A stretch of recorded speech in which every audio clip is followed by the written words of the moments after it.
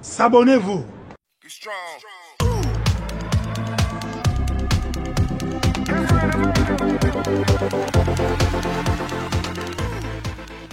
Yo les gars, j'espère que vous allez bien. Alors, vous me voyez pas aujourd'hui, c'est particulier. Mais pour ceux qui ont suivi les dernières vidéos, j'annonçais déjà que j'étais en période d'examen. Donc, je suis pas très libre en ce moment. Mais on va quand même discuter un peu du Barça. Ou plutôt du Real. Parce que ils ont gagné avec des champions. C'est énervant en tant que fan du Barça, franchement. Moi, j'ai juste une question, en fait, que je me suis posée pendant le match. Je sais pas si vous êtes posé la même question. Je me suis demandé pendant combien de temps le Barça aurait pu tenir avec une telle intensité en finale de Ligue des Champions. Le Barça que l'on a aujourd'hui. Je me suis demandé combien de nos joueurs auraient fait une crise cardiaque pendant ce match. Quand je pense à Jordi Alba, quand je pense à Busquets, quand je pense à Piqué, je me dis, ces vieux-là auraient pris l'eau, mais de fou et tout. Mais tu vois, en tant que supporter du club, du Barça, je sais pas comment vous vous sentez, mais moi, je me sens offusqué, je me sens très impatient, très bouillonnant, en fait, que la nouvelle saison commence et tout, parce que quand tu vois le rival faire ça et tout, tu vois, ils ont des points, ils ont pris encore des points, ils ont encore pris du poids dans l'histoire, et t'as pas envie que le Barça reste là comme ça. C'est pour ça, je me dis, franchement, Juan Laporte a fait tout ce que tu veux. S'il est CVC ou quoi et tout, j'imagine, lui qui est peut-être un fan du Barça encore plus que nous, il doit être, il a sûrement mal vécu cette finale. Tu vois, c'est même pas que le Real a bien joué en mode disant dominé, non. Mais ils gagnent sur leur prestation, en fait, leur campagne en Ligue des Champions cette année est gargantuesque, en fait, parce que ils passent de manière toujours, on va dire, miraculeuse. Ils arrivent au bout et ils gagnent. J'imagine pas dans quel état pourrait se trouver le président. Donc ça lui met une pression de fou. Mais ces derniers temps, il y a de l'hésitation. Ici, les deals, ici, pas les deals. Vous comprenez que il y a beaucoup d'hésitation parce que il n'a pas envie de mettre le club dans une situation périlleuse sur les prochaines années. Parce que certes, pour l'instant, si on signe tous ces deals-là, on aura tout l'argent du monde maintenant, mais ça va retomber sur nous sur le moyen long terme. Et le président n'a pas envie de ça.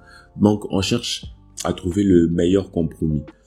Et là, franchement, si tu regardes les choses dans ce point de vue-là, tu te dis, ok, tranquille. Mais quand tu regardes le Real, frère, disons-nous les choses, frère, si les CVC, mec, va recruter qui tu veux, en fait, ramène-nous une équipe de malades. Tu vois, je me suis dit, gars, le Real gagne encore. Nous, on est là, genre, on veut prolonger Sergio Roberto. Genre, on est là, on se demande encore, est-ce qu'on fait ça? Casse la tirelire, ramène Lewandowski, fais ce que tu veux, je fais un mercato de malade et tout, et puis l'année prochaine, qu'on puisse taper sur la poitrine en se disant que ouais, voilà, parce que la saison passée, enfin, celle qui est passée, on a galéré de fou en tant que fan, vous voyez, on a supporté des choses, on est passé par des émotions, avec Coman, c'était la rue, Xavi qui arrive, on remonte, puis on redescend et tout, puis c'était pas évident, nos joueurs phares, Pedri blessé, Ansu Fati blessé et tout, des blessures, on est obligé de jouer avec des joueurs qui sont à la porte de la maison de retraite et tout, mais donc, en tant que fan, quand j'ai suivi ce match, j'étais admiratif, bien sûr, en tant que fan du football, parce que il y avait beaucoup de mouvements et tout, Liverpool a fait ce qu'il a fait, Real a fait ce qu'il a fait, mais j'étais surtout, en tant que fan du Barça, en train de regarder chaque jour à leur poste, de me dire, mais là, c'est tel, est-ce que, par exemple, la quantité de ballons que Casemiro a récupéré dans les dernières minutes, en fait, c'était crucial. Et je me dis, on a besoin d'un milieu de terrain aussi qui va pouvoir choper tous ces ballons-là. Et j'espère que Busquets pourra nous donner, je sais pas, une dernière énergie, quoi, avant son départ, histoire de bien faire les choses, tu vois. Donc, là, je suis dans mon bureau, enfin, sur mon bureau, en train de bosser. Mais j'ai pensé à ça, j'ai voulu discuter de ça avec vous. Les gars.